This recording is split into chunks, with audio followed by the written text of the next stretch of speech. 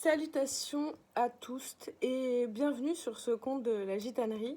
Je vous l'ai déjà dit, en fait, cette vidéo, elle va tourner autour des bases, ce que je considère comme étant les bases du tarot, histoire que on ait un peu tous les mêmes informations à l'avenir. Ouais, donc je vais commencer par vous dire que moi, le tarot, en fait, je le pratique depuis 2 ans et demi, ce qui est pas énorme, en fait. Et je suis pas une pro du tarot, mais simplement, je m'y intéresse beaucoup, c'est une de mes passions. Et depuis que j'ai commencé à faire ces vidéos pendant le premier confinement, ça m'a plu, ça m'a permis d'échanger avec des gens, d'en rencontrer, enfin, ça me plaît, voilà. Et apparemment, certains, vous aussi, quoi, donc yalla. Et, euh, et donc, je vais commencer par répondre un peu à certaines questions que vous m'avez posées. La première, c'était alors, c'est quoi la différence entre le tarot divinatoire et un oracle? Et c'est une bonne question parce qu'il y a plein d'écoles de tarot, hein, et notamment donc les oracles. Je crois que c'est des cartes, en gros, pareil, hein, mais qui ont des thèmes genre les animaux, les plantes, la nature, je sais pas. Et pareil, ça va aider soit à prédire le futur, soit à un développement personnel. Le tarot, c'est juste que c'est ces cartes-là, quoi. Et le tarot divinatoire, donc, c'est simplement que la lecture va être portée sur le futur. Ça va être de la prédiction. Et c'est archi connu. Enfin, on m'a demandé aussi si on pouvait lire le futur avec le tarot. Et je crois que oui, puisqu'il y a la voyance, par exemple. Enfin, je sais pas, c'est un truc auquel on pense assez souvent avec le tarot. Et je dis pas que c'est possible ou non, je n'en sais rien, franchement. Simplement, moi, ça m'intéresse pas, parce que je crois que déjà, ça me fait un peu flipper de connaître, si on me disait mon futur. Et du coup, j'ai pas tellement envie de lire le futur des autres. Et en plus, j'ai la sensation que quand on prédit l'avenir à quelqu'un, la personne va tendre vers cette prédiction ou faire ce qu'on lui a dit. Et donc, ouais, moi je crois que ça m'intéresse pas trop de faire ça en fait, tout simplement. Mais, et ouais, du coup, c'est aussi pour ça que je me suis tournée vers l'enseignement de Alexandre Jodorowsky, qui est un homme incroyable, hein. Juste pour la petite parenthèse, ouais, il a 91 ans et il a fait un nombre de trucs incalculables dans sa vie. Il est notamment connu pour ses films, il est réalisateur, il est scénariste de BD, acteur, mime, poète, enfin voilà, et entre autres, il est tarologue. Et ce qui m'a parlé dans sa vision, c'est que il parle d'un art pour guérir. Et en tant qu'artiste, ça m'a parlé. Je me suis dit, en effet, ça peut être un moyen hyper positif d'aider les gens. Euh, et en plus, il y amène beaucoup de poésie, hein, dans les cartes. Et puis, il prédit pas le futur, donc ça m'a encore plus parlé. Voilà. Ensuite, évidemment, à la question comment on tire les cartes, parce que c'est le but, hein, du tarot, ça c'est évident.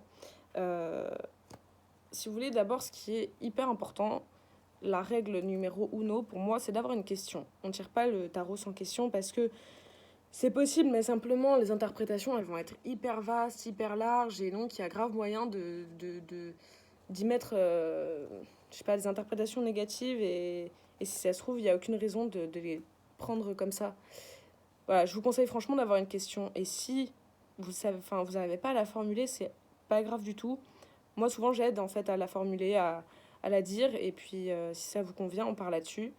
Ensuite, si vous avez vraiment pas de questions, mais que vous voulez qu'on vous tire les cartes, il y a aussi la possibilité de laisser les cartes poser les questions pour vous. C'est hyper intéressant.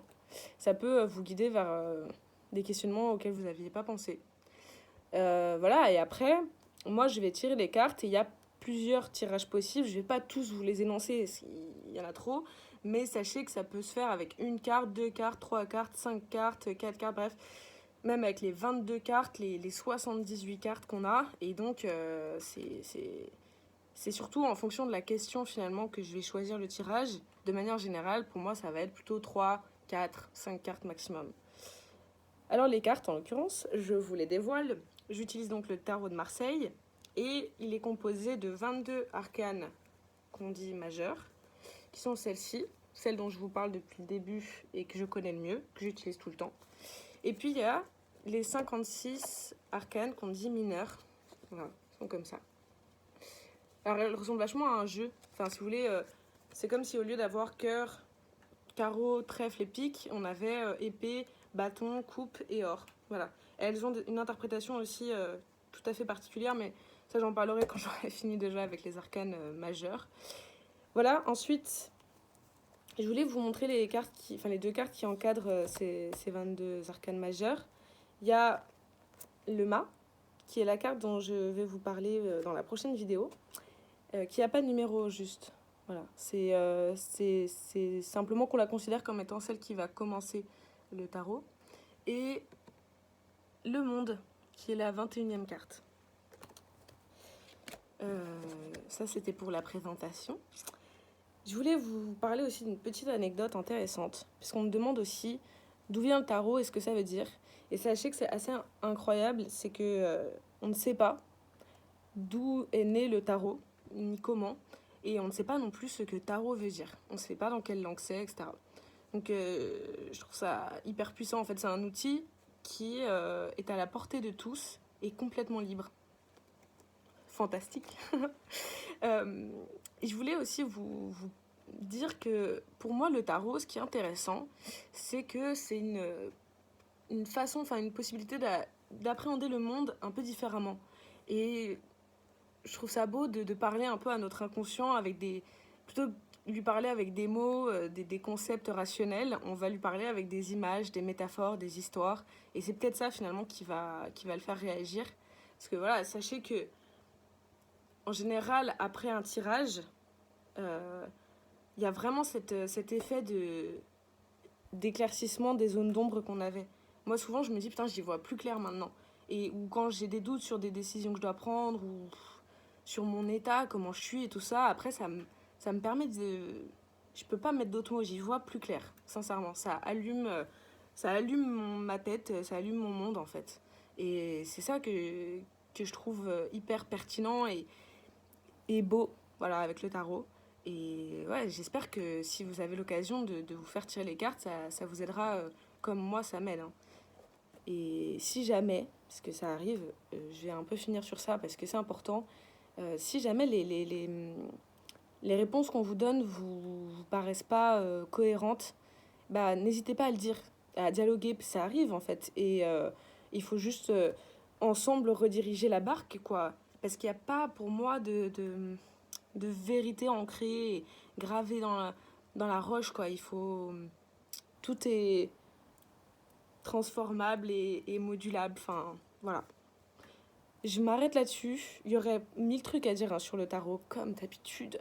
Mais voilà, j'ai essayé quand même de répondre aux interrogations qu'on a, ouais, majoritaires, j'ai envie de dire.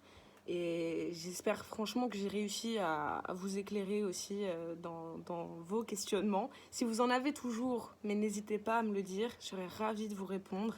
Et je vous dis à très bientôt pour une nouvelle vidéo. N'hésitez pas non plus à me dire en message ou en commentaire, je sais pas, bah, si ça vous plaît, si ouais, si c'était sympa pour vous. Allez, à bientôt. Tchuss.